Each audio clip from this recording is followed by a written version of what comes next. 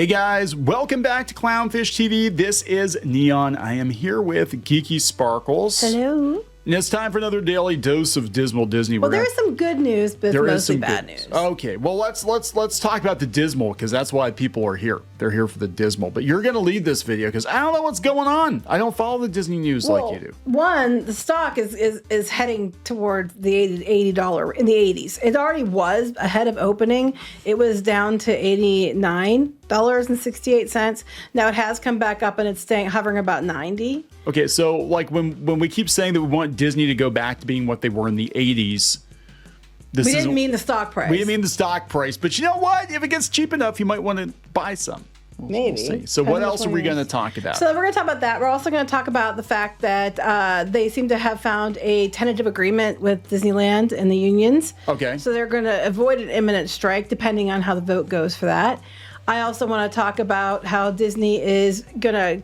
They're starting Lightning Lane today, and the prices, they're going to gouge you and bleed you dry, which is probably why customers aren't going, which is probably why there's one of the reasons why their stock is this. Right. So it's all related, because I think investors are looking at and they're like, okay, not only do we have, like Perlmutter Nope out, not only do we have a pretty, disappointing movie slate after this year, but not only is theme park attendance down, but it's probably going to go down even more because of this Lightning Lane stuff. And the expensiveness and how complicated it is. So let's talk about all this. Before you get into it any further, please subscribe for more pop culture news, views, and rants, guys. You get a woohoo if you do.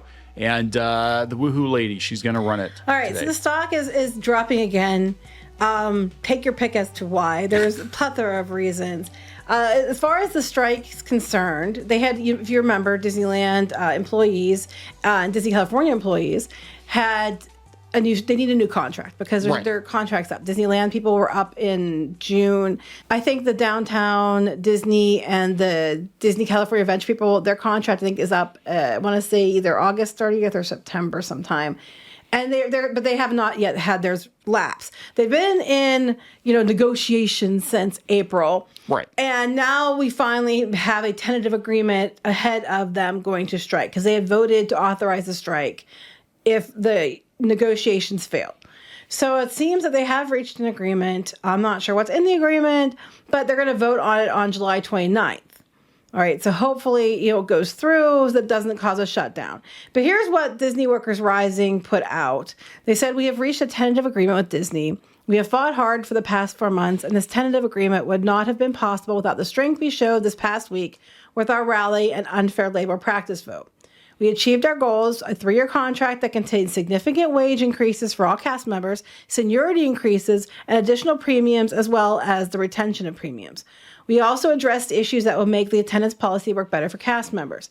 With personal actions like wearing our union button and signing a petition to massive 1,000-person rallies and worldwide news coverage, we have shown Disney that we are the true magic makers of the park, which they are. Mm-hmm. We stood up to the company's unfair labor practices and showed them that we are willing to do whatever it took to get the contract we deserved.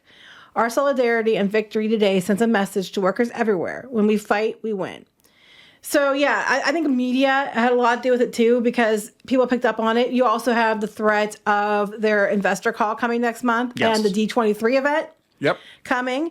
And Disney they had Disney in a corner. So they had to work with them.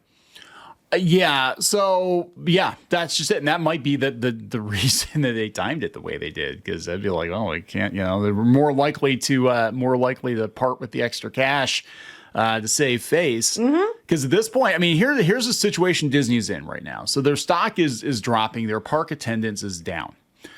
But they can't afford to stop spending money either. They're going to actually have to... They're promising all this other stuff. And they don't bring big announcements that are going to be done in a timely fashion. Right. They're screwed.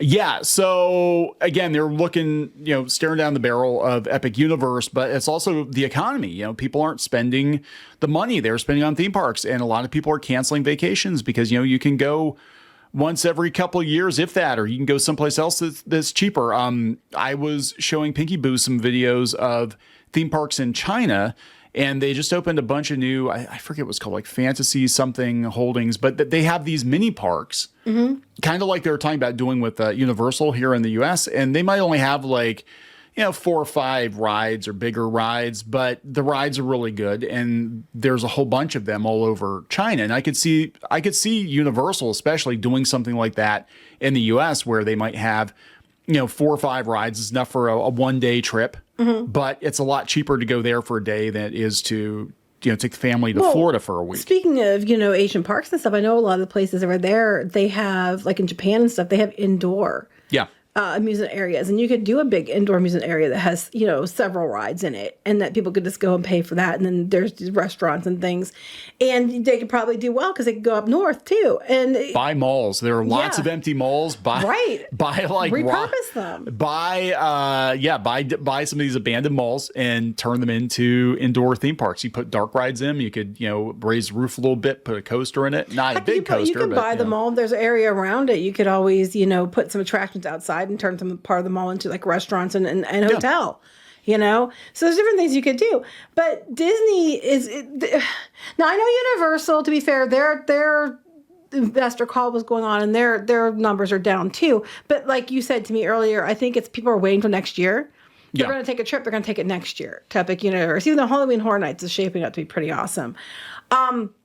But it's an ongoing issue with Disney. And speaking of Disney panicking and then trying to get more blood out of the rocks, they started today with their change from Genie Plus to Lightning Lane. Yeah, this is okay. You thought the parks were empty now? Listen to these prices. Well, I want to first point out a couple things. One, now remember, Disney's Lightning Lane, the Genie Plus, now Lightning Lane, is supposed to be the FastPass Plus replacement. So they're giving you that you can do 3 attractions like you did with FastPass Plus. You're allowed to book them ahead like you did with FastPass Plus, but you have to pay for it now. It's not free. And this is their solution. What unfortunately is happening is that everybody's going through these lines. These lines are long, but the standby lines are even longer because with FastPass Plus, they always would let, I've mentioned this before, if they let 20 FastPass Plus people in for every 10 standby line, I don't know what the numbers were exactly, that they would do that. Now it's worse. It's like they'll let like 60, Lightning Lane people through for every 10 standby line. So it's driving up the line wait times longer if you don't have the Lightning Lane. But it's driving up the Lightning Lane wait times as well. Yeah. And they're just trying to force you to spend the money thinking it's going to save you on your trip. And they're also offering individual Lightning Lanes for attractions that either have, some of them have virtual queue. If you can't get a virtual queue, you can pay to ride the ride, and they're quite expensive. Other ones, you can get in the line if you wait in the standby. Rise of the Resistance is one, and they're trying out the single rider line. If they're doing that, you're best to go. If you don't care if you miss part of the queue, you're best to go that way. But yeah, some of these prices are ridiculous. Now, they're going to fluctuate. They're going to be like when it's a high demand, like Christmas, you're going to, I don't know what you're going to pay, but it's going to be ridiculous. And other times it might go down. This is the opening prices. I know for at least the first couple days, okay? These are what we're going to see. All right, if you want to buy the Lightning Lane, which is basically FastPass for 3 attractions. Right. Magic Kingdom is going to be $29 per guest. Hollywood Studios is $26 per guest. Epcot's $21 per guest. And Disney's Animal Kingdom is $18 per guest. But you get 3 attractions at a time now. You used to get like 1, then you had to switch. Now it's 3. If you go to Magic Kingdom, you can buy 2 single Lightning Lane places. Tron Light Cycle Run is $20 per guest. Oh, my God. So that's if you can't get virtual queue. Seven Dwarfs Mine Train is $12 per guest. Honestly, I recommend going there first thing or like at the end of the day. Yeah. You probably have a better chance of getting on it. Hollywood Studios has Rise of the Resistance, $25 per guest. $25? Again, if you go there at the beginning of the day, like for as soon as the park opens, if you really want to ride it, you might wait a little bit, but you can get in and not pay $25. But is it even going to work? I don't know. I mean, this one is a standby line. This one also has a single rider that they're testing out. So you can get onto that one without paying that. Epcot Guardians of the Galaxy Cosmic Rewind, I believe, still under virtual queue. If you don't want to pay to make sure you're guaranteed, $17 per guest. Oh, my God. And Disney's Animal Kingdom Flight of Passage, $16 per guest. Also want to point out on that one, you're best to go either when the park opens or go at the end of the day before whoever's in line, they usually let you through. So go like the last half an hour, go get in line, last 45 minutes of the day, go get in line, and you'll probably get to ride and it won't take you as long. Yeah, that would be my trick. We've actually gone at like if the park closed at 8 o'clock, if you get in line at like 7:30, they will actually close the line to new people, but they will get everybody through that's already in line. Mm-hmm. So I want to point out today, like for example, we're going to break this down. Ticket prices today for the foreign theme parks of Walt Disney World range from $139 to $164 per person if you buy a one-day pass, okay? So let's say you want to go to Magic Kingdom. You paid $164. You have a family of 4. That's $656 before tax. You add Lightning Lane for additional $29 per person. That's $116. Now you're at $772 before tax. Just to be able to ride, get into lines to ride things. And then if you want to ride like Tron, you're going to be spending another $80 for $852 before tax. All right, and the taxes are high, so we're talking over $900. All right, easy. Oh my God. Before when they had FastPass, when these things were free, like the 3 lines and all the three queue lines and all that you could add, you're talking the $656. That was it. You didn't have to pay upcharges to get into attractions, $656, but you went from that to $852. So, I mean, this is where it's disgusting because the ticket prices are already high. Just to get into the gate is already high, but to actually do anything worth doing, like all the e-ticket rides, you have to pay extra to make sure you get to do them. Yeah, you can do them. Disgusting. Unless if you can get virtual queue. Like I know, like Guardians of the Galaxy and Tron, the virtual queue, you can try that first. And if you get virtual queue, then don't worry about it. You got virtual queue. I am waiting to hear the stories because I think what will happen is they will limit the number of virtual queue. Yes, exactly what they'll do. Yes, and be like, oh, well, we offered a very limited amount of virtual queue. Oh, you didn't get? That's okay. That's okay. According to the app, you can pay an extra $100 and you make sure you all get to ride this thing today. One ride, yes, one ride. So we go to Hollywood Studios for the day. The tickets today were $154 per person to get in the door without tax. And then that would be $616 for a family of 4. Then you add $26 per person Lightning Lane. That's another $104. So now it's $720 before tax. And then Rise of the Resistance, if you don't want to wait in line, that's an additional $100. So you're $820 plus tax just to do that.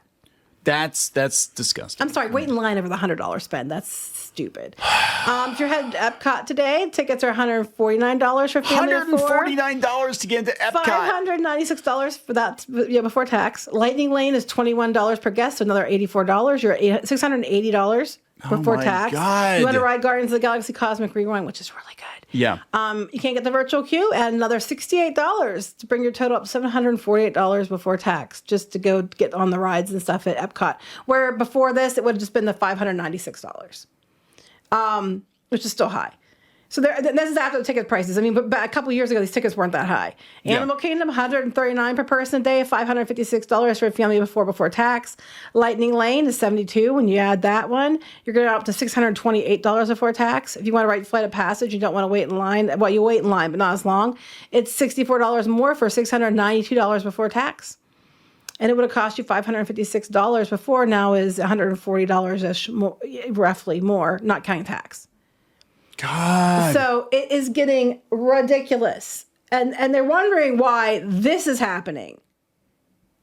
You know? Yeah, I know. It's all related. I mean, it definitely is related. It's God, it's so gross. It's so disgusting. That's what they're doing. And then remember when they go to these earning calls, because until Inside Out 2 happened, and then probably Deadpool and Wolverine, their movies were failing. They were in this sharp decline. They had very few movies that made money last year. I think Little Mermaid broke even and made a little bit of money. I know Guardians of the Galaxy, the third one, Volume 3. Yeah. It made money. But other than that, most of their movies failed. I think they failed or lost money. Indiana Jones lost money. Wish lost money. Haunted Mansion lost money. Ant-Man and the Wasp: Quantumania lost money. The Marvels lost a lot of money. They all lost a lot of money. So we have a couple wins. I think Deadpool will make money, and I think we know that Inside Out 2 made money. But it's still not enough to offset that. And we don't, and except for a couple movies coming up, I don't think there's a lot of movies they're going to have wins with either in the near future. And next year's slate looks like dog crap. Yeah. So you have that. And then you have the fact that their streaming is still not profitable. And people are getting sick of Disney streaming stuff. And now the theme parks are what's been holding them up, which is why they're doing this, because they're gouging. They're telling people they can't get a DAS pass, but that's okay. You can pay for the upcharges for the Lightning Lane for you and your family, to be able to ride stuff. And then they're going to get that much more out of people that, would normally get a disability access pass. So they're doing this. Don't make no mistake. It's not to fix the problem in the lines. It's because they think they're losing money. But they're being extremely militant about the DAS pass to the place. People who should get it aren't getting it. But that's okay. They can pay more. Yeah. You know, this is how disgusting it's getting. And people are like, then they're like wondering, why isn't anybody coming to the parks anymore? Attendance is down, but per guest spending is up. I wonder why. I wonder why. I know it's disgusting, guys. This whole thing is just like, I don't know. I don't even know what to say. I think that the next earnings call, I don't think it's going to be great because I have a feeling, I have a hunch that Disney probably lost more subscribers because people are tightening their belts. And I think Disney Plus probably lost subscribers. So the theme parks it just dipped below 90 again. It's been hovering around there and dipping below. Yeah, I don't know, guys. It's going to be really interesting. But, Ike Perlmutter sold his shares. He thinks that, if it drops low enough, he's going to buy them back, I guess. But with this kind of price gouging, people are not going to take a trip to Disney. I mean, it is what it is. You guys, you don't have any bailout either because Nelson Peltz and Ike Perlmutter, they're not coming in to save the day. If everybody starts selling out their shares and it dropped down to 75, then everybody, 65, 75, everybody should just buy them up. Yeah. There's going to be like a GameStop situation. It is going to be like a GameStop Disney situation. stonks. Yep. Anyway, are we going to wrap this up? Yep. So let's wrap this up, guys. Please subscribe for more pop culture news, views, and rants, and we'll talk later. Bye.